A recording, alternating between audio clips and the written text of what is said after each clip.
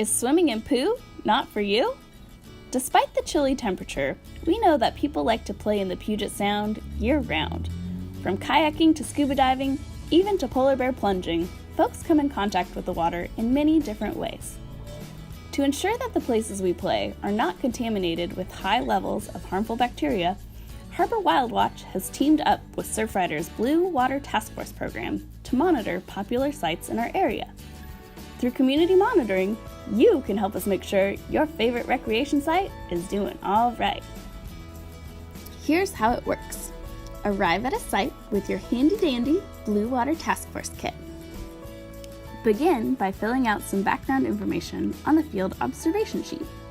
As I fill in things like site name, the date, and names of my water sampling team, I like to turn the thermometer on first thing. Sometimes it can take a while for the reading to steady, so I let it adjust while I continue recording whether it's rained recently, a general description of the weather, wind, tidal height, etc. For the tidal height, you can refer to a tide chart online or use a phone app.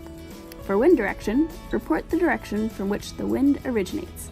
I'm directionally challenged, so I'll often use the compass on my phone for this.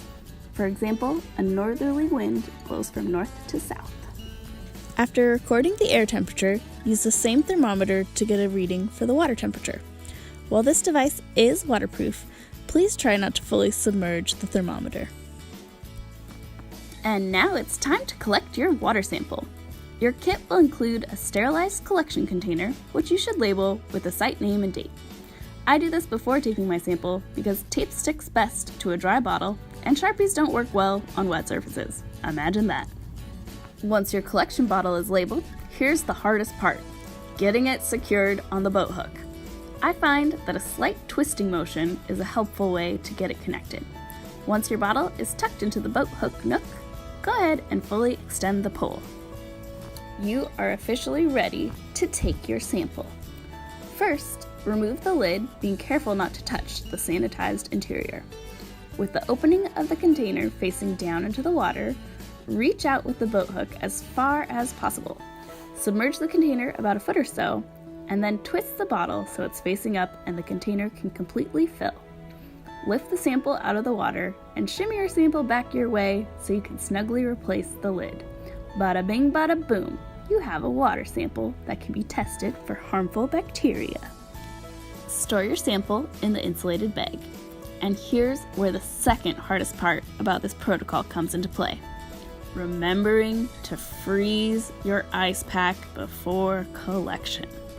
We don't want bacteria to prematurely flourish in your sample, so a frozen ice pack is key.